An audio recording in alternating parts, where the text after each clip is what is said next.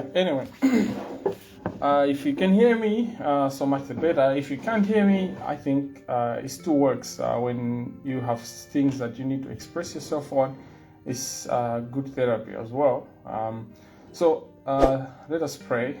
In the name of the Father, Son, and the Holy Spirit. Amen.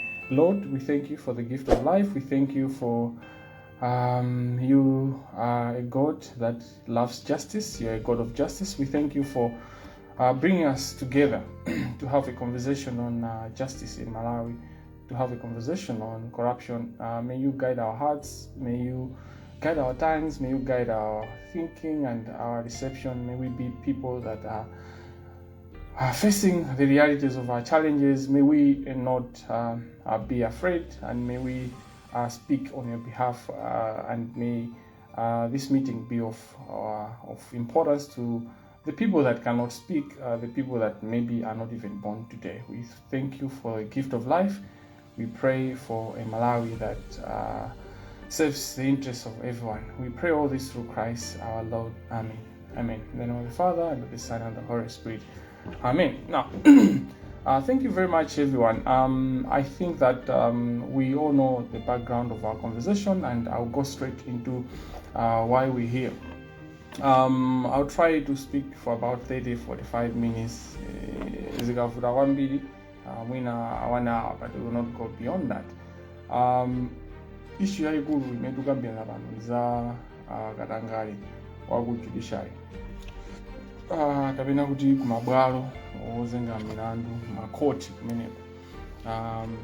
Choyambira chimene tikuyenera tikambirane nchonena kuti koti lathu linakhazikidwa modani, kuti limachokera kuti zimenezi kapena kuti kusa untouchableness ya high court kapena kuti makoti athu zimachokera kuti mwachidule. Historically, I'll start from 1993, when we were coming from the multi-party democracy to the rather coming from the one-party system to multi-party democracy. There was an overhaul change in the 3 arms of government, and we successfully changed the executive. Obviously, when Dr. Bagiri Munozi came into power, there was a different executive, different ministers altogether. Of course, a different president in Munozi himself. We also had an overall change, or we changed the legislature. We had new MPs, we had the majority of them being people that were progressive, and it opened up in terms of new way of doing things. But the 3rd arm of government was the same, the judiciary. There was no change in the judiciary, the same people. In fact, the transition, the people that guided the transition in terms of what the law should be, the transition of the old constitution to the new constitution, it was largely guided by the same people in the judiciary. And so that's where our issue begins, that the judiciary, it sort of continued to have so much power, in that the same people that had been running the show in terms of dispensation of justice continued in the multi-party democracy. Now, the other quick thing that I can say, because of time, we wouldn't go into the nitty-gritties, but if you look at the judiciary 10 years ago, or 10 years before now, you find that you had a Supreme Court that had the capacity or used to be an apex court that was trustworthy, that people trust, that if there are mistakes that are happening within the judiciary, if there are mistakes that are happening within the High Court and the lower courts, then if you go to the Supreme Court at appeal, you would have your issues resolved. Now, that provided a great opportunity, because even though you might have had some judges that were corrupt, some judges that were incompetent, perhaps some judges that were doing funny stuff, when you go to the Supreme Court, you then would meet judges that are doing fixing, basically clearing the mess. Now, that's different now. The difference now is that when you look at our courts, you have hardworking judges. The majority of them are in the High Court, not only in numbers proportionate, but in terms of how they're contributing to the development of the law itself. So the idea of one going to the Supreme Court, as a judge, comes with contribution. How many judgments have they written? How have they developed the law? And that's why they are called immediately, or usually they are called senior counsel, or justice of appeal senior counsel. It's an issue to do with, it is perceived. Zimaoneka kuti munthu akamafika ku court lakumalayi kuno limene timalitcha Supreme Court, amayenera kukhala kuti watipula ndithu, ndipo zinthu zake, maganizidwe ake pa nkhani ya malamulo, nkhani ya kutanthauzira malamulo, watanthauzira malamulo ochuluka komanso munjira yosiyanasiyana, mu nkhani zosiyanasiyana. Koma izi sizili chonchi, kuti mukaona majaji amene ali ku Supreme Court pakadali pano ndi majaji amene ali ku High Court, mupeza kuti majaji ena amene ali ku High Court atipula kwambiri, mukaona kaliya yawo kuyerekeza ndi amene ali ku mtunda. Even mukawerenga ngakhale kuti amene ali ku mtundako ndi amenenso akhala zaka zambiri. Izizi ndi chimodzi chimene chatsegula zinthu zosaoneka bwino nkhani ya chilungamo, chifukwa chikuti zaka zija zimene munthu akugwira ntchito, so zaka munthu amakhala zaka pa ntchito, komano it's not just important in regards to how many years you've been there, but what you've been doing in those years. So in the judiciary, it seems like there are some people, a number of people that are there and they've been there for many years, but when you compare with what they have done, you're like, okay, are you sure 20 years? You've been a judge 20 years? We need to audit these people, and this is the first point I think take away, is that we need to audit every judge, we need to audit the judiciary. In terms of performance, we need to audit them. It's not just about the future. So golo tiziona kuti anthu akugwira bwanji ntchito paja amene alipowa tiaunike kuti zaka zimene agwira ntchito. Even amene alipo mbuyo tikhoza kuwapanga assess kuti anapanga contribute bwanji ku judiciary kwathu, pamene tikumapasa ulemu komanso amene tikumawerengera kuti amenewa ndi ana mateture pa nkhani ya zamalamulo, akhala kumtundako ndithu akupereka ziganizo zawo kuti malamulo awawa akatere akayankhula chonchi ndekuti zikutanthauza chonchi, awawa ndi olakwa, awawa sanalakwa, kapena apapa zinthu zikuyenera ziyende chonchi, apa zikuyenera ziyende chonchi, ndipo ine simumayenera kuti tikuyenera tiaunike anthu amenewa. Ndiye chimene ndimanena komanso mwina nkhani yathu yeniyeni ndiyonena kuti tikuyenera tiziwe kuti corruption is in different faces. Corruption comes in different angles. Pamakhala corruption yomwe tonse timayiona ndipo tonse timayikamba, yolandira ndalama ndi kena kake, kaya ulandira ndalama kapena benefit, kaya akupasa galimoto, kaya akupasa nyumba imene, kaya ulandira kakashi, kaya ulandira 2000 imene, kuti mwina ukamaweruza ngati iwo loweruza uweruze mokomera amene akupasa 2000 aja. Ndiye izi zimene nthawi zambiri timazikamba. Komanso pali corruption ina imene nthawi zambiri sitimayikamba, imene ili nena kuti oweruza milandu amaweruza kutengera kuti amene akuyankha milandu kapena ali mu nkhaniyo ndi ndani, depending on the parties. So if the judge is friends with one of the parties, or they pray together, they're in the same church, or they live in the same neighborhood, or they come from the same village, or they are of the same tribe, or there's something that brings them together, a judge, a judicial officer, leaving all the facts and the law and then deciding in favor of that individual, or based on other factors other than the law and facts. Imene also in the corruption, imene is also in the poop, imene also in this katangale amene komanso chachitatu pali katangale wina amene akuchitika ku judiciary amene tikuyenera kumkamba, ndi katangale omalandira ndalama, omalandira masaya, omalandira mabenefit, koma usakutani kodi usakugwira ntchito. Iyi ndi uso ndi katangale opsa kwambiri, fa amakhala osafufuzidwa kwambiri katangale amene kapena satengedwa ngati ndi katangale, koma ndi katangale kwambiri ndipo akuwononganso zinthu zambiri.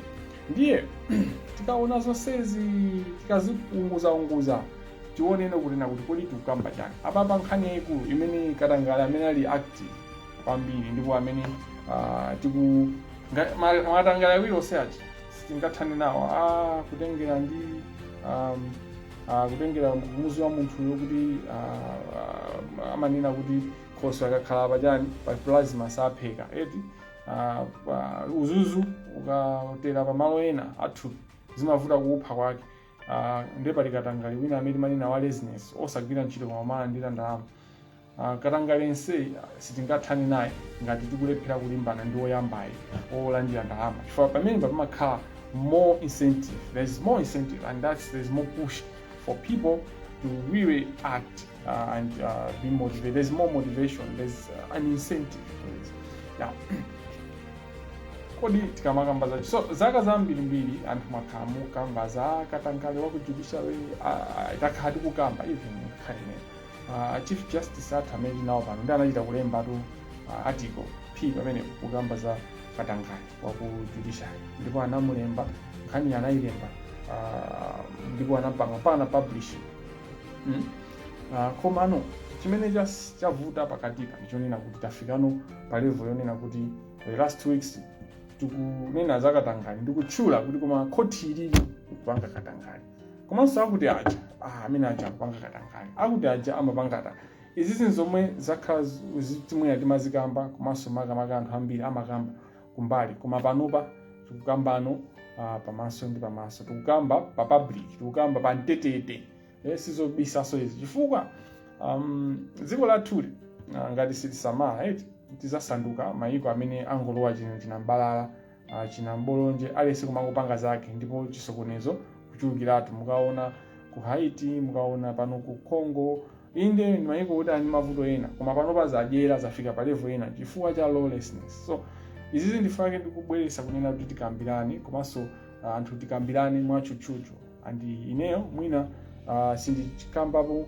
mozambaisa kapena mwachindunji pa commercial court yomwe ndimafuna ndithu nditayitambasula chifukwa kuti ndili chane kodi ndili pachiretso ndine munthu osatira malamulo ndikuyenda kusatira malamulo koma zinthuzo ndizikamba zina chifukwa kuti zili pawera koma sinditchula dzina la munthu komanso sinditchula dzina limene ndalisira kuti ndisalitchule.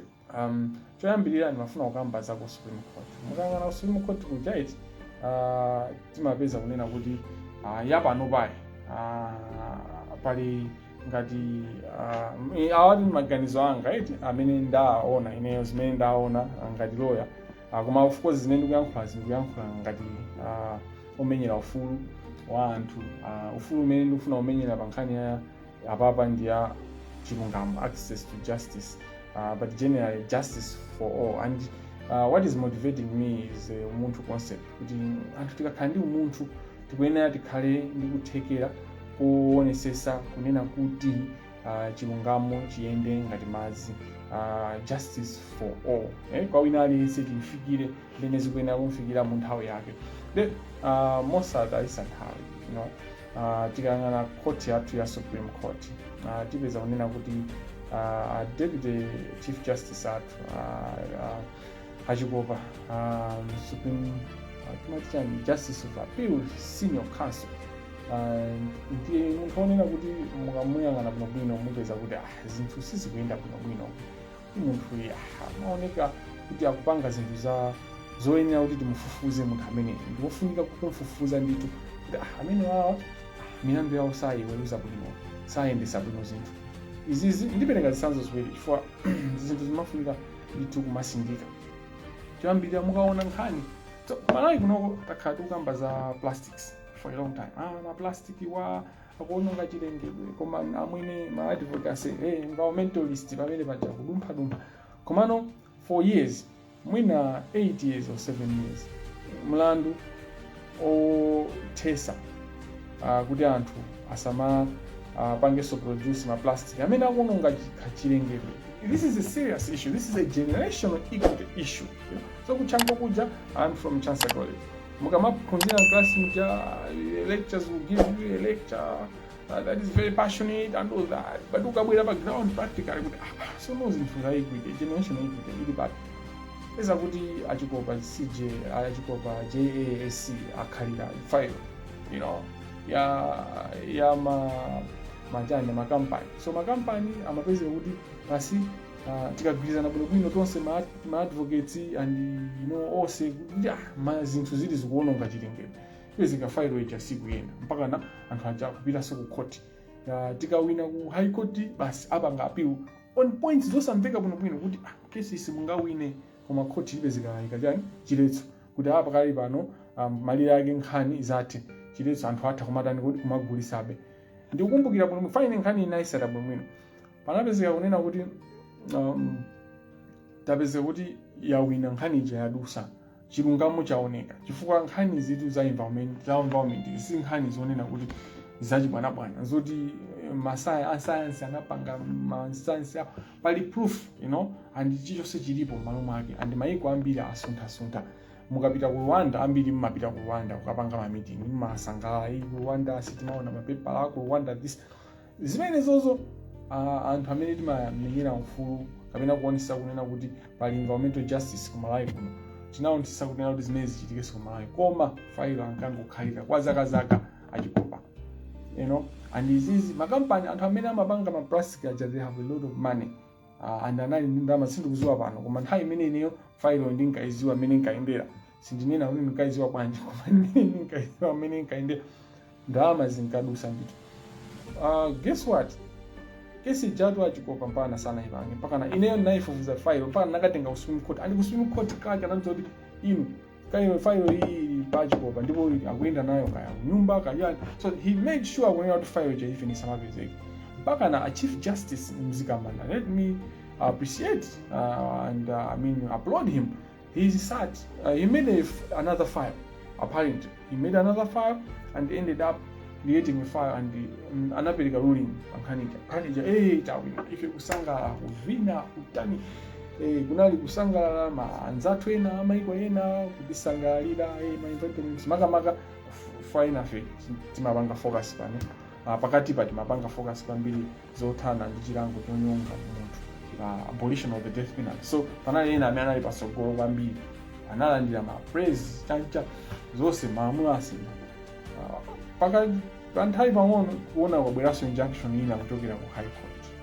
Now injunction imene yachoka ku high court inachokera kwa ndani kodi kwa court landers ndikambaso kusogolo pano pandi ku Supreme Court kake ndikufuna kuonesani kunena kuti corruption ku Supreme Court ilipo ndipo chikopa cha vangu corruption nkhani yake sio kai koma ndimafuna kugamba nkhani ifani nkhani that speaks to the heart of how injustice affects not only this generation, it affects a lot of generations.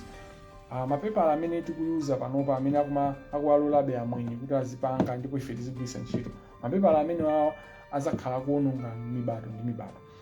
Nkhani ina ya chikopa ngakhale msafuna kuyikamba poyera koma ngati CEO antuso anji abwera anena kuti koma nkhani yoto mangwala kwira ndetiziwa kuti tikupanga ndibwene nomwe makamaka ICB council Matemba ananena tikukamba za ma elections ija 2019 2018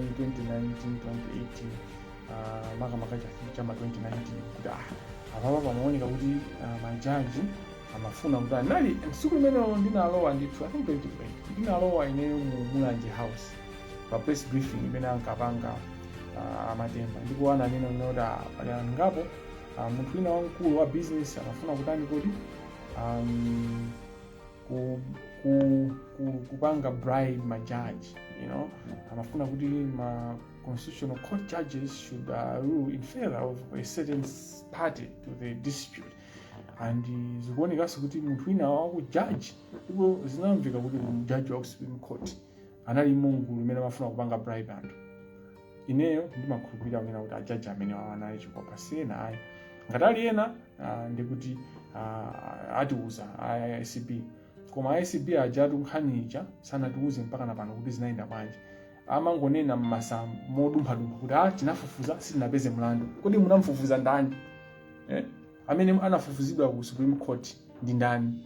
Ngatali ya chikopa bwanji simukutiuza kuti tinafufuza zakuti tinapeza zakuti pazifukwa izi sitinakapita nayo nkhani kuchani ku court tinalibe ichi komanso pamene tingabwere ino ku Judicial Service Commission kunena kuti munthu kuganizidwa nkhani kuti wapanga zinthu ngakhale court litampeza kuti ndosalakwa, komano pa administrative level ngati pa Judicial Service Commission ithabe kumpeza munthu olakwa kutengera ndi role imene wapereka kuti zinthu zomafacts ndiona koma mwina palibe umboni wopanga proof chinthu koma munthu uyu munkhani mwakalimo ndiyikeze pamene papachiko chifukwa kuti ndimafuna kutambasula chifukwa ndi munthu wankulu, so munthu wankulu simangumu komanso so munthu uyu ndi dolo, ndi munthu woti timamufira timachira naye tikapeza mpata ndochezeka, is very good, is great, is great vibe, but when it comes to corruption tikuyenera tiphunzire to spade a spade chifukwa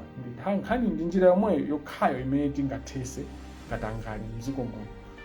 China mukaona Justice of Appeal Senior Counsel Madise mupeza unena kuti ku muzuzu kuli nkhani zambirimbiri zo injustice and anthu amakamba moyeraso and anthu akulira muzuzu mavuto amene anasiya.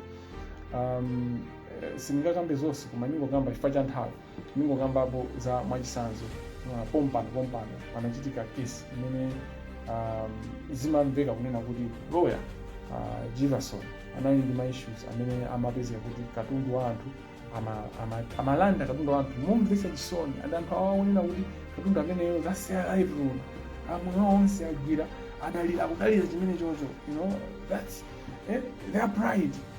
Kuna wapeze kuti amapanga zosazwika kuno basi Milandu katundu cha wanthu amagwisa ntchito anthu akuchani kodi akukhoti aja amati mamasho basi kupanga basi kuseva chinthu pamakhala mamwe ake kuti mupase munthu nthawi basi isanapange nthawi ija akamulanda kale munthu katundu kuonesa unena kuti afuna kulanda katundu osati zosalira za malamulo.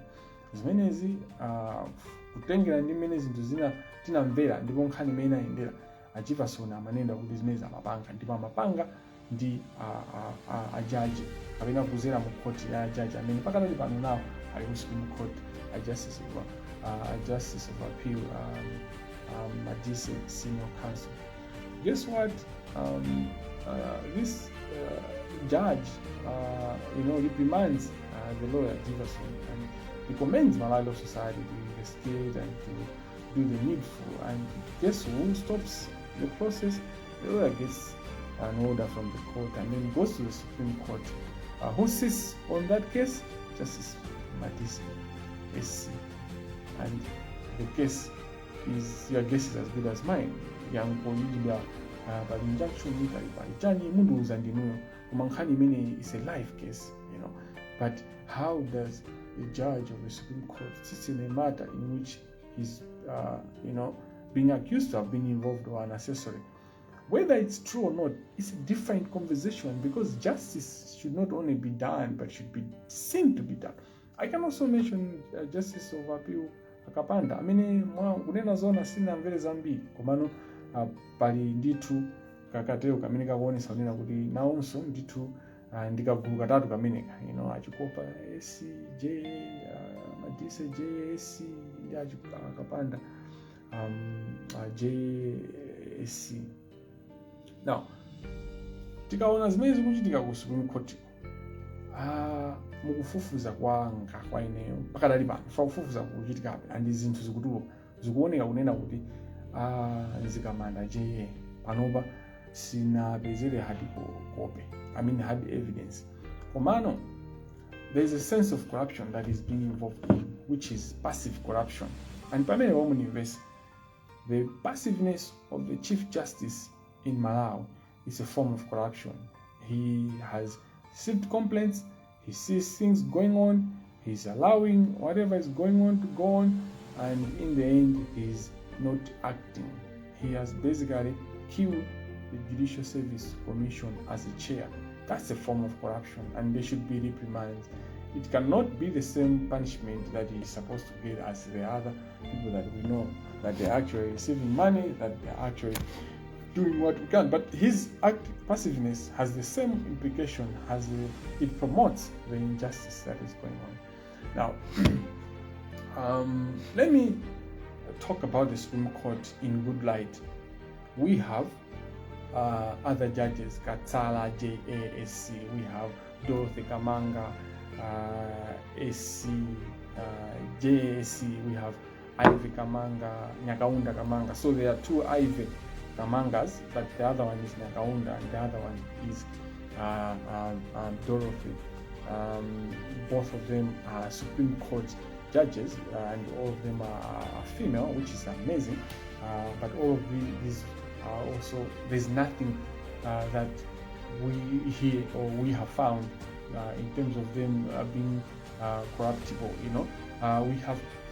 We have amazing Supreme Court judges, but the three that I've mentioned, the other one is the president of that court. So he decides who gets what, and so they are basically running the show in the Supreme Court. So you see how powerful corruption becomes. Now let's get back. As I go to the High Court to talk about the High Court, you find that koti limene siningayankhuleza iyo chifukwa nazo kuti pali injunction mukangoifufuza panoka makesi ake amene amachitika kulilongwe anthu akalimba mtima kuti akupita makesi oku apilo kuti amapanga siti pa apilo imeneyo ndani. There will be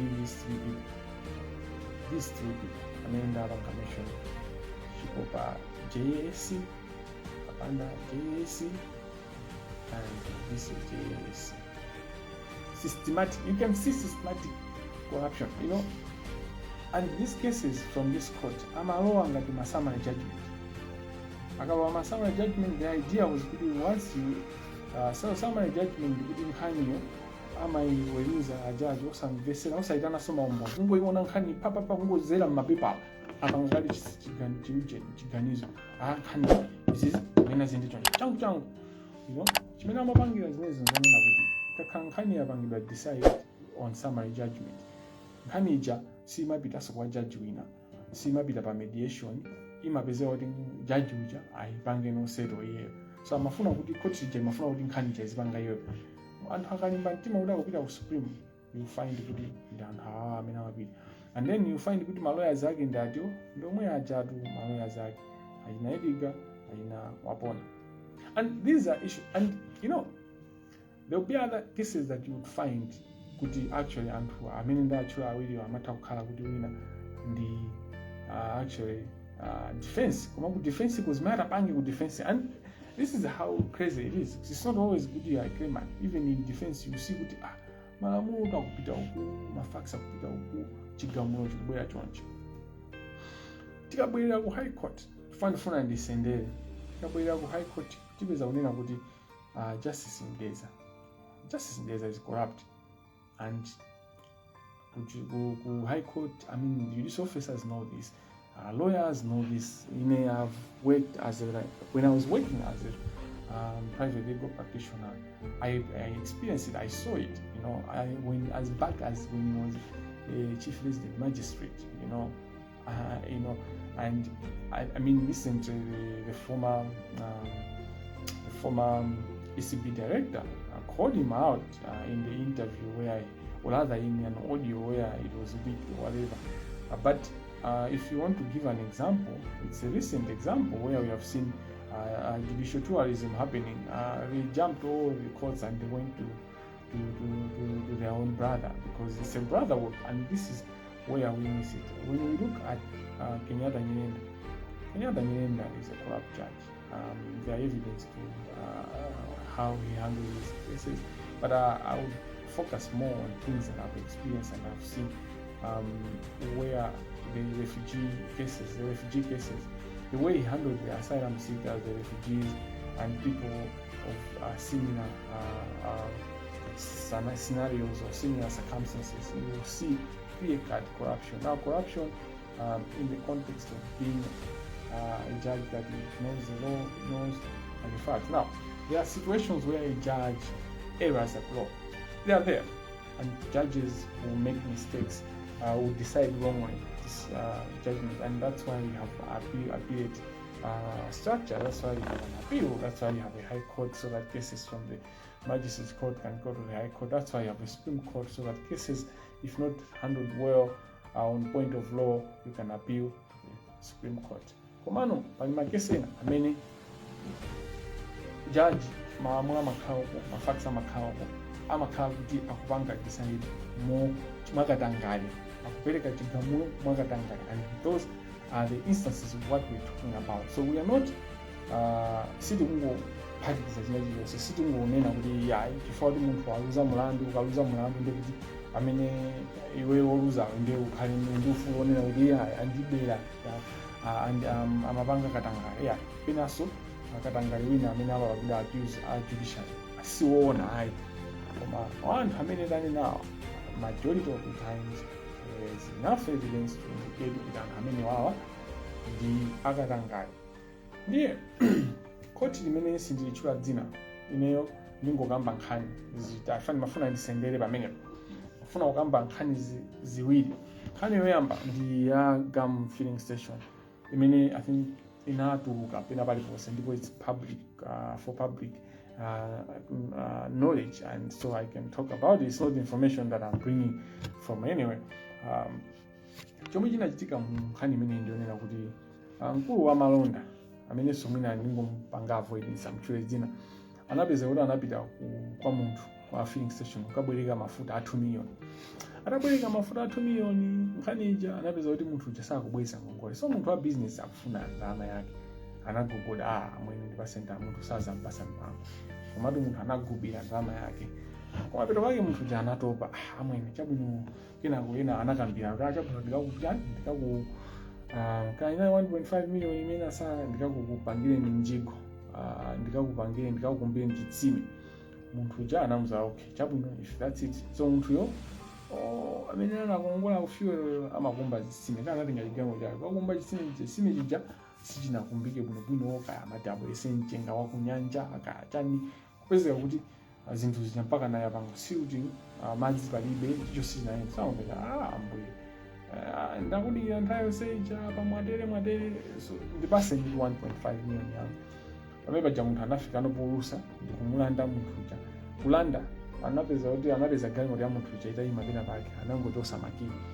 Atatenga makiyi aja zinapeza kuti mkulu uja anapezekatu kuti sangani ndi munthu woti ndo wantown, kupanda kuti amaonera kuti amapanga zodabwisa bwezi tikumufika. Sinankaifeso nachokera mu ghetto momwe, ndi anthu amu ghetto timayenera kuti zizalimbikitsa, koma anthu amu ghetto akakhala kuti they are now trampling on people's rights and kuphwanya malamulo, akuzitenga ngati amene sowasekerera khale atachokere mu ghetto. Ife sititengera kuti anthu akuchokera kuti timafuna chilungamo chiyende ngati madzi. So zinapeza kuti munthu uja galimoto ija sangati pana wantown anayiriza kaya anapanga bwanji, koma the same day imene analanda munthu chamakiyi galimoto inayo. After some time munthu analandira atizisamani zochokera ku koti lake liti lomwe sitiwena kuyankhulapo za iyo ya commercial court. Maloya ake ati omwe watu ajinaidika omwe anali momo ndithu, ndipo kupezeka kuti munthu uja kunenedwa kunena kuti niyo mnalanda galimoto ya munthu 6 months, ndipo 6 months imene munthu iyi anali contract, ndipo amene azisikumba zisime, ndipo nthawi imene pa 6 months imene amene okhawa wapanga ndalama zokwana 700 million. 700 million akuti kuchoka kuti uzapanga masala ati siku limodzi, siku yonse munthu uyi contract yake amene azikumba zisime zitatu. Abale amene mmaziwa za zisime, there's no way munthu angakume zisime zitatu pa siku. So you find that the whole thing it was a circus. It was a circus. All they wanted to do was to do filling station yake. And guess what? Panali munthu baya akudikirira. And baya nkhanizo kamazifufuza ndipo akamakamba kama parliamentarians akumafotokoza kuti analisimama, anali ready. Ndipo iyi sinali filling station yoyamba, panali filling station ine yako nzuzu imene munthu anamugulaso njira zomwe zikumubera munthu mpaka kusaukirapi mpaka na munthu uswalira anathawa munthu kuthawira dziko lino la ku Africa sindichula, koma pano munthu chifukwa amapanga line filling station and that's all he had in his life. Anathawa chifukwa kuti nankhandikhala bwanji manyazi mpaka na pano ndi petrol attendant. You know, he's serving in a petrol station as a petrol attendant, sadly. But that's the scenario, that's the situation, that's the circumstance within which these people can destroy people's lives.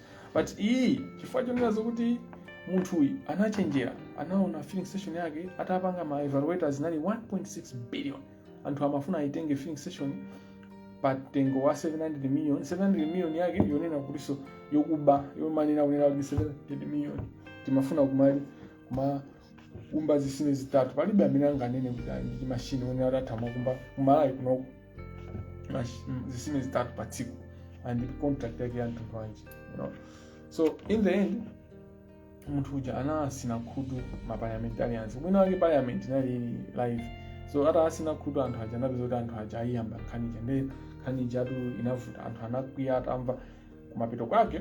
Of course chilungamo sichinaoneke bwinobwino kwa dziko la Malawi chifukwa cha mene filling station imafuna kubedwera amafuna kuiba filling station, kuiba kugwisa ntchito court limene pali pano kukhalabe ndithu kumaweruza milandu. Ndife anthu omvesa chisoni kwambiri. Kumano munthu uja anapulumutsa filling station imene kuma filling station imene ndikuuzani ndithudi imapita kupanda kunena kuti aparliament anawerapo. Atayamba process yonena kuti koti limene alibwese pabwalo ndipo alichose amati impeachment, zinapeza kunena kuti munaweratu magangani ndithu kubwera basi kusokoneza kuwononga a Victor Musowa amene ali MP amene amafuna kuti abwese private member bill amene private motion yopanga impeach koti limene napeza kuti basi tu munthu waopsezedwa kuti pani anthu amene amabwesa ndalama kuno komanso uyu amene ukulimbana naye lawyer wake mbale wake ndi MP chachani kodi chipani chikuchiona. So basically so china chimene nganene nchonena kuti nkhani ya corruption ya ku judiciary imapanga affect zipani zonse koma ndisendeka koma ndimalize kayi isakhale pena paliponse isapeze kuti basi ningo everywhere isapeze kuti isapange chinambalala kupezeka kuti nkhani ija nawo aboma ifa ma-MP aboma ma-MP IMCP nawo sanali kuti ya munthu wadyera anthu anizigawe ngati thani naye amene asazuze so anthu ena osalapa asazuze amalawi asapange zinthu zononga ngati zimenezi. Anapezeka kuti weekend imene imabwerayo kunali golf tournament ya president fundraising. Guess who they saw this court sitting next to the president of the Republic of Malawi, and the MPs were just mouth and gap munthu yandipodali naye ifeyo titimenya nkhondo osaziwa kuti timenya nkhondo ndi anzawa abwana anthu amene akuathandiza abwana so that's how they should end. And I want to show you how corruption works and how corrupt people connect themselves to the power and how even the powerful people can be corrupted by the power. Sometimes the corruption is not to be an power like a president, just association. People would be scared to touch this person because of fear. Mwina udalira mwenye pamene so mwina sizili choncho koma simina sizili choncho koma mwina sizili choncho. Now chomwe chasisazaye kuti njomwe ichoke nyanga ni nkhani ya Salima Sugar Company. Nkhani imene iyi ndesiyana apo wonde tikuzane chilungamo tipanana iyi tithera so mapenalty tiwina 5-0 ikamatha 90 minutes. Nkhani ikamatha 90 minutes tikhala lani tawe ndipo munthu osanjenjemera ani ndithokoze amalawi chifukwa chosegula maso komanso kukhala interested ndi nkhani ndikuonesa support chifukwa andale watu ndi anthu ena they listen to the voice of the people when they are panic, because andale do chimene ali interested to solve our problems. They are just interested with their popularity. They are interested with their heroism. Kuti afile kuti iwo ndi mahero panda iwo Malawi sana kapulumuka panda iwo nse usiti nakakhala nawo. Ndiye mene anthu maonesa interest pa nkhani ya chilungamo chaku kuti ku judiciary kuzichitika chilungamo zapangisa kunena kuti andale akhale forced kukhala interested pa nkhani zimenezi. Zapangisa kuti andale akhale forced kujoina the movement of the people. Komano tiziwe kunena kuti andale wandofunika kuchenjera nawo chifukwa iwo amabwera kuti angodya shine koma atha kupezekaso kuti nkhani chaitani ayikhalira ndifake situkuyenera kugona tuwo. Ndiye tu Salima Sugar Company mwachidule ndi company imene imayendesedwa ndi anthu ongobwera amene anayitenga mwaboma kumano anapeza kuti anayendesa mwakuba amapezeka kuti akutenga ngongole maiko mwina ani ngongolezo ndalama zonse kumakadyera ku India ndalama zonse azipanga se invest mu company koma kuno kumangotani kodi kumangopanga exploit kumangolima sugar wawoja ndikupezeka kunena kuti sugar ujaso even amene akulima ntchito akuperekaso kwa anthu aku India amakatenga anthu odula mizimbe kuchokera ku India. I think from this point kulibeso china chimene ndikuenda ndi ngati amakatenga checha mizimbe kuchoka ku India kumalawi kuno tilibe anyamata ngakhale ineyo panopa maluzi mene andiphera ndikhoza kukadula mizimbe kuti adisingipezekena kuma chachikulu nchonena kunena kuti pali anyamata ambiri amene alibe zochita zokuti atha kudula mizimbe anakatha kumadula mizimbe koma izizi zinapezeka kuti anthu akupitirirabe akuyesesabe kubera Malawi kupezeka kuti ngakhale corporate governance ineyo za corporate governance mazi I'm not a commercial lawyer but kamakamba nkhani anthu amene amazisata amanena kunena kuti akamapasana mabusiness amapasana okhaokha banje zimene zizolakwika samapereka mwayi kwa anthu amene aliyesa apereke service kuti alandirepo yake koma amapereka even ma transportation amapanga manage chonse okha kuma company ja kumangopanga malosi company ja kukhala ndi ngongole zambirimbiri. They were doing money laundering and there was a forensic audit that was done and they found these people to be behind crimes. In fact, I think there are warrants of arrest that were created and I wonder why the DPP has not arrested these people. Now, when you look at this court, and in this case, the case comes before the court and the guys are suing government and they are seeking 5.5 billion. Ngongole zimene akunenazo anabweresa ni ndani iwo aupangalani ndani aupangalani company.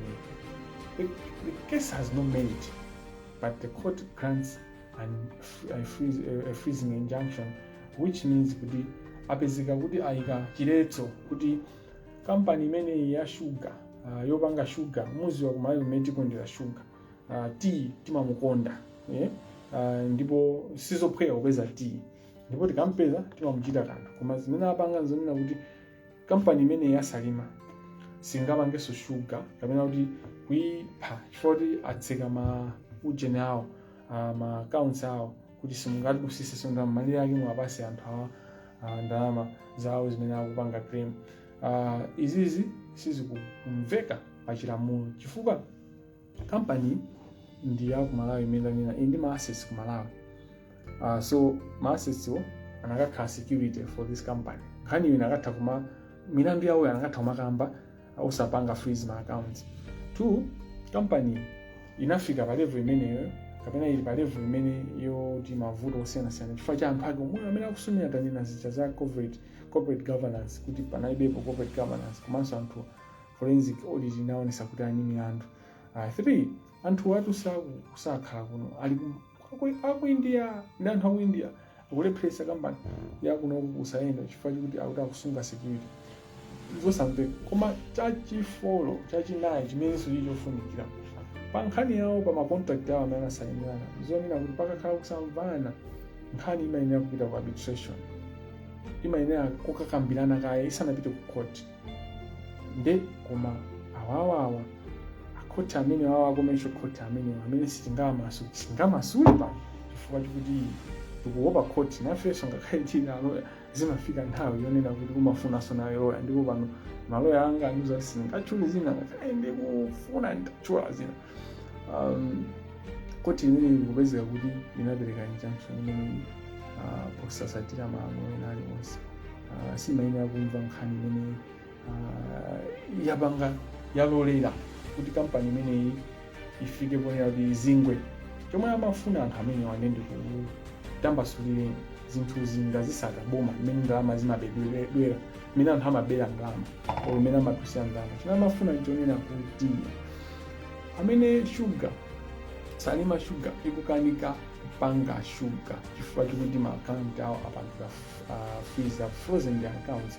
What they wanted was anthu aja akhali panicked and asojudan chochita and amafuna kuti tikafuna tiyankhule ngati oyangana as a political analyst, a political analyst. Numva kumona unena kuti sugar panopa anayo okwera kale. Pakati anapanga stabilize for anayo sosalima sugar wake amapezeka pa market. So there was a competition with Irovo. But the moment you have just one person providing, there will be high demand, and the moment there's higher demand, the price will go up. So amafuna kuti pamene boma lili panicked kuti sugar kwera so tija manyazi ka zandale zawo mmene mapangira mumaziziwa anyake apeze kuti apanga tapanga resolve zimene basi akagwade bantu ati tikambirane kumafuna bwanji amafuna 5.5 billion ababa koma ife tikubasa 2 billion. That's what they wanted, and this is a practice that if we are to do an audit, we'll see kuti amabanga zimene zizi makampani and Milandu mini maendera masuti ambiri si nthawi yake ukhale inofa anthu athu amaona ngati ena akumayankhula akufuna kulimba ndipo afuna kunyazisa judiciary kufa boma ineyo. I don't care about any government. I don't care who is the president of Malawi. What I care is kuti president akupanga zoyenera akupanga zotumikira Malawi ndiye khani ndionena kunena kuti njira yomwe anapanga akhoti amene wawo ndiye amwenye amene wawo amafuna kunena kuti anthu akhale pa panic kina akapange settle outside court, and izi zachitika muyang'ane mufufuze magesi ngati Southern Region Water Board, mufufuze kuti chinachitika njani kumeneko, mufufuze anyway ndisakambe zambiri. Nkhani ndionena kuti khoti limene lili ndila chinambalala, ndila corruption, ndila corrupt, and there's enough evidence. In fact, when I was studying this issue 3 weeks ago, I did not have had evidence. I had only circumstantial evidence. Chifukwa chamatu kuti akhoti limene mpaka nakumafuna kusuma, mpaka nakusuma kumene had evidence jayamba kubwera ndithu yamba kupezeka yabwera yandiye ndipo ine sindi ife tilokonzeka kunena kuti zinthu zimene zikatuluke pa court ndipo zikatuluka ndipo kumano key issue mwina ndisanafike pa key issue maloya amene ali ma key players. So ndakamba za judiciary mwa chuchuchu maloya amene ali chifukwa cha nthawi ndi khanga ndikubwadu akita awapona kita amene ali anzanga and akatolika anzanga. I like Kita as a person. He's great, he's very friendly. I think in one zero, but he has been involved in corruption in how he has been practicing, and people know about this. And I'm not scared of Kita. He's a human being like me. He might have timu yake kana gang yake kana amene amampangira zinthu koma I'm not worried about that. Apangidwe investigate. I mean Ediga ndi Ediga ndi mfodi sabi sasa makuza kuti I can bribe any judge. Amapanga brag like that, and that's the state where we have reached, where Amapanga brag. When you look at Frank Mbeda is like a brother to me, because Frank has known me growing up, and I went under Frank Mbeda. Like Frank, is a crooked lawyer. If you want a crooked lawyer, people will go. What does it mean? What are we telling the profession? But and how many under punishment? Malawi society that time. Frank Milandu and Hamafuna Muganga investigating. And Ramek Majemba Council also anali labo Hanimeni. You failed Mafuna Mutu Kumpanga investigate. Now in the injunction, you do some investigate. Investigating into ACB being given a clear-cut issue of corruption, because that's judicial corruption, and then corruption from the bench and corruption from the bar, which is a critical issue of Malawi law. And I'm not scared of my brother Frank. When you look at now, I've talked about private practice lawyers. Let me talk about two lawyers from the government that are corrupt. Stephen Kayoni, Dr. Steve Kayoni, he's corrupt, and there's evidence to how he handled Martha Kizuma. There's evidence. In fact, there's a case actually of him receiving allowance.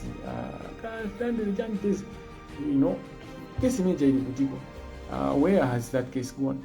But there's even more. Even muone kunena kuti mene Dr. Steve Kayuni was ku DPP kunali milandu kumango kukana kumakutani panga izi mpaka nakuzamangisa pangolini watu Martha Chizuma. Before Martha Chizuma was excellent. I think people underrate what she did because she was fighting the system. She was fighting and all that. There are things that she would have done better, without doubt, but we should have helped her. We should have helped the Malawians. You should have woken up when that lady was facing whatever she was facing. In another life, things would be better, of course. The DPP, the current DPP. Now, the current DPP, again, these things are difficult for me because these are people that I chat with, I drink with. There are people that even if I had problems, I would go to their house with and Sungen Madol, I've worked with him, but he's not an upright person, In fact, my surprise is how he became the director of public prosecution, because he had a case where he was getting salaries from kumalai kuno kumasokunja. Nkani inafika pana committee ya parliament ngati ndikuna there's record on this, there's record, and can you see now ulinaenda bwanji, and the way makesi akubangira withdraw, there are two things to it. There are one in the party onena kuti munthu we don't have any record of him litigation wabangira kuti kubanga litigate, and this is important, and this is not undermining his integrity. He's very brilliant. He's brilliant, but he's a brilliant administrator, and of course we need that. But when you are in that position, especially director of public prosecutions, you need to give instructions to your counsel. And how do you give instructions when you don't have enough experience in litigation? It doesn't have to be prosecution, even in defense. You learn how and what cases has he done. So some of the withdrawals might be might be on the question of competence, but largely there are issues that we need to investigate, which are good magesi amene wenda bwanji. Vuto ndionena kuti my institutions are many akuyenera kuwapanga hold these people accountable. They are also corruptible big time. Parliament, my committee are to serve again this happening. So they are supposed to provide. So Parliament is huge. They make law, they legislate, they also do representation, and then they do oversight of any constitutional body, any public officer is accountable to the Parliament. But they seem to be selective. There's politics in it. There's so much corruption that goes within Parliament, even in terms of appointments, in terms of questioning people and holding people accountable. We need to check that. But above all, let me go back to the judiciary, which is what we're talking about. So I mentioned lawyers are corruption in many imagitika at the bench.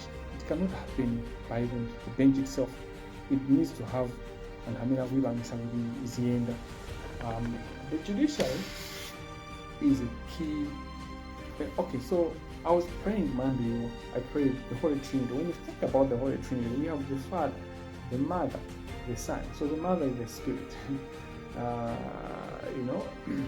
Holy Spirit is the Mother. So in the context here, is many to Gambaza, executive, judiciary, and Parliament. The executive is the Father. The judiciary is the Mother, the Spirit, and the Parliament is the Son. The judiciary is at the apex of fight against corruption. Why? It's like blood in your body. Blood is everything. If you don't have blood in your body, sunga kalimoyo. Life yako depends on blood. Kumkwea kuti uyende upite pamalo pali kosi umayenda njani ndimagazi. Mkwea kuti utuluke oyipa umene mapanga breathe out umayenda ndimagazi. Zakudya zimene tadya zija kuti manyong'oments, nutrients, machancha akafike kumalo wake kuti munthu uzooneka ndi munthu ndithu, kuti uzooneka ngati mawu. If you are a man kuti you are strong ndi magazi amapitisa zonse zimene mukuti zonse zikuyenda bwino. The high court, the judiciary, if tika susana koseku, tika khala ni milandu, tika yang'ana milandu yonse ka malamulo oyendesa anthu amene apanga ziphuphu kati kuyang'ana kuti munthu amene waphwanya malamulo oyendesera ofesi yake, zonsezi timabweresa pa khoti kuti khoti lijano litiuze kuti uyu alakwa kapena sanalakwa. Anthu amene wawa ma judicial officers, they pray the role of God. That's why timayitana kuti your worship. That's why we call them my Lord, my Lady. That's why we call them all those names, because we imitate the justice of God, that God is a God of justice. This issue is not light, because without a just system, with a corruptible judiciary, you cannot fight corruption anywhere, because people will get away. So when you can start anywhere else, the judiciary has to be a place where you find solutions. And in these circumstances, not only is the corruption happening, but the corruption is being sustained. The corruption is being normalized. They have normalized abnormalities.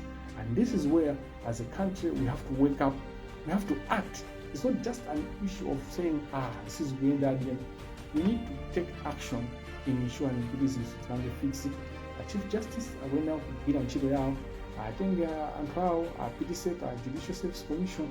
Meanwhile, the executive has been athandizira kuti judiciary yathu iwonongeke iwole ifike mwene Wafikapo, and athandizira ifodi amapanga benefit. And when I say the executive, see executive yaja kwera okhaya, executive ya IBM executive Kakali Chidima, may his soul rest in peace. He was part of the problem in terms of judicial independence and in terms of corruption. He had influence of the judiciary. That's why he had company that he had. You know, the company that Chidima had. When you look at Joyce Banda, he had her own issue. No one wants to fix no politician would want to fix the corruption in the judiciary at the Bueno, and this is why our Minister of Justice and atakatuwa kukodera as Malawi Law Society tabwesa malamulo yonena kuti bill iyi imwe papa ya mindi awawa tizapanga hold accountable akalakisa tizipiriza kuti tikagukuda kuti anthuwa asamango panga zinthu mmene akufuna, asamango kukhala osagwira ntchito, asamango bandalama za anthu osapeza kuti akuyankha milandu. Minister of Justice kulumpha fero sikufuna kuonekera kuti we were trying to influence this blah blah blah. Judiciary angopita kufuna salary increment zachedwa ma 50% machache kuti kwaja yagwera ku judiciary kokha anthu ena lonse sina ligwe. So you look at how the executive has been part of the problem. A president that ndamene amasankha majaji, a president aindi maudindo awiri akulu amakhala ama ndi head wa executive komanso omwe also ndi head wa state. That head of state has a responsibility to call out the issues that are going on in the judiciary as we speak. Anthu takhati kudandaula chiyambire ndi kutchula dzina la khoti limene pakali pano singalitchule chifukwa kuti ndikuyenera ndikayankhe milandu. A president akhala chete koma akumva zimenezi madando, and ndikuthokozeni Malawi kuti mukutuluka tituluke aliyense abwerese zake poyera, ndipo anthu amene wawa tikalephera kuwapanga hold accountable panopa, tikangolephera kuwapanga hold accountable panopa sidzapezanso tidzavutikaso kuti tapeza hold accountable. Chosangalatsa nchonena kuti anthu amene amapanga corruption mu judiciary kaya supporting staff faso ma clerk ati kuli corruption nekuja timalawa chanchani gaireni amene amaleka zambiri amene amapeza madeti ambiri. It's a form of corruption. Tikuyenera kunena kuti tikonze zinthu kuyambira pansi, komano pansipa anthu easily get in trouble. Koma ku judge of the high court, judge of supreme court kumakhala zero, kumakhala ngati iwo andangelo sapalamula. Nde tikuyenera kuti tiyambe ndi ajaji amene wawa amene apita ku court kukadandaula amene wawa ndi sitiasiya. Komano tikamapanga zimene tiyang'ane chitsogolo kunena kuti sitikufuna kunena kuti tiyithane ndi munthu mmodzi kenako kutuluke anthu ena 5, because zimachitika choncho corruption and systems that are corrupt happens like that. You deal with one person, you try to make them an example, but 5 more come up if you don't fix the problem. So we need, in this movement, you people to come out. We should not rest. Ndipo mukayamba nkhani za injustice imene zikuyendera ndi mmene zayendera ku judiciary, imene anthu akudandaulira muona kunena kuti anthu akuzunzika, ndipo judiciary inaction yathu sapangapo kanthu kuzuza anthu ambirimbiri, kuti azimayi amene akudikira ndalama zawo kwa administrator general, za abambo amuna amene anamwalira, azimayi amene ali azimayi amasiye andiyana kuti asamale, mumva ndalama zake mwina ndika 3 million ka 7 million, koma anthu amene ali ndi ndalama za mbirimbiri ngati ma 200 million zimatuluka ndalama nthawi yochepa chifukwa cha nkhani ya corruption. Koma izizi zimalimbikitsika chifukwa judiciary yathu panopa zapanga normalize corruption. Tiyeni should not lose focus. So pena anthu amanena kuti mukupezeka kuti mukumatchula aliyense mukutandani munakapanga focus. Actually this is focus because we need to mention the enabler. There is a system that enables the corruption to go. So we need to mention the Supreme Court kuja kuti ma enablers amene amapanga enable court ili imene akadandala court kuti zichitike. Izi systematic ICB tiyeni tipange zinthu za nzeru panopa muli ndi public imene kuyang'anani ndipo imbani yanu osaopa. Tiyeni tipire anthu tiafuse ndipo tafufuze. It's even better if we found them that they are innocent, because then tuwalakwira anthuwa. So I'm happy to find people, but the issues that are before kuti tisayankhule osaopa china chilichonse. You can question a public officer, and the law is clear, freedom of expression, you are protected. In fact, isikuti tukwane majaji, isikuti chitani, we should just make sure nzomwe tikuona kunena kuti ndi mmene zinthu zikuyendera chonchi apa zikuyenda chonchi, zinthu za straightforward. Tiyeni tikonde dziko lathu, tiakonde ana athu, koma kuwakonda ana athu anthu ena amaona ngati kuti kupanga tsogolo la mwana wanga yekhayi. Fixing the country is loving your children, because anthu amene azazungulira ana amene wawa is important. Anthu ena mangoona ngati kuti mukatuluka banja kupeza ana ena osasamba alibe mayala nkomwe, you are okay as long as your kid akupita ku St. Andrews, your kid is going to high school, and all those kind of schools comes academy and all that. You should know that no one lives alone, and you can't be saved alone. We need to save everyone, we need to support everyone, and this is not. So the issue about capitalism is that capitalism only works where there's rule of law. So we need rule of law within our society, but critically in the judiciary. So is easy the conversation yoti tipitirize kukambirana tisatere bomba and palibe kuopa and sitopchezedwa ndi kupita ku koti kaya kutani muziwe kunena kuti we have the power that the criminal has is your fear.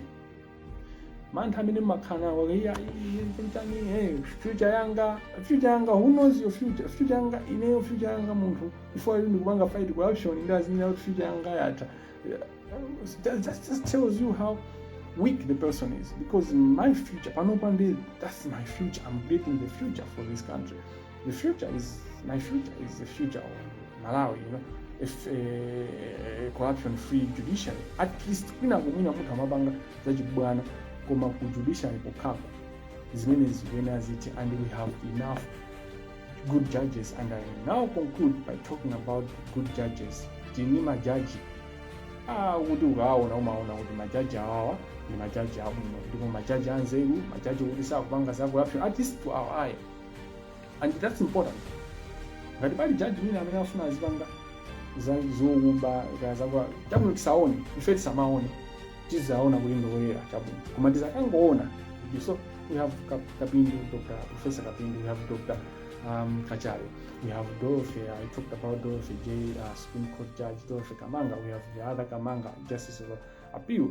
I might differ with her in other things, but it's her integrity. I can't question her integrity. That lady is a lady judge of integrity. We need you to come out. You can't just be good alone, in a system that is corrupt. That doesn't make sense. There's something wrong with you, the good judges in the High Court and the Supreme Court. Rise up. rise up and fix your judiciary. You failed to bank account, and we are calling out on you because we know of your integrity and we know your capacity. And Tanzania auba muma abasa madama ndinu before simpangapo kantu.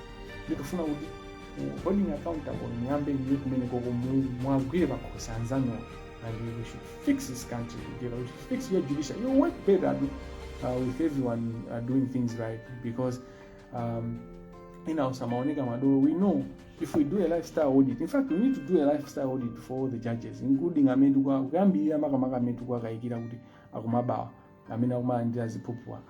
We need to really do a lifestyle audit, but we need to audit the whole judiciary. The donor community, we need your support. We know you have royal limitations. This is a local dispute. This is a local issue. Fixing corruption has to be done by Malawians. If we are Malawian, we have to fight corruption, but we need support. The same way you are supporting the government of Malawi with funding, you should help civil society. You should help women that are struggling in the child justice court to rise up, empower them to do self-advocacy. And we need funding properly within the Human Rights Commission, Yasi, Manja, Kayata, Apasinindama, many of our green sheet, Zo Tamangisa, corruption, corruption is possible to fight corruption, and don't be scared. The strength of the criminal, remember, is in your fear. System, you are the ones who create the system. You are the system. Your silence helps these people to thrive, and we are doing injustice to the generation to come. Malawi, we are in negatives, and the little we have, the little we have, the economy can't run. You can't improve the economy if the judiciary is corrupt, if you have people that are, corrupt point blank like the way they are. This is our battle. This is our war. We are fighting for our survival, and we are angry before this is where our future depends on. It depends on fighting corruption and especially cleaning the judiciary, and we're going to clean our judiciary. I would like to thank you all, and I would like to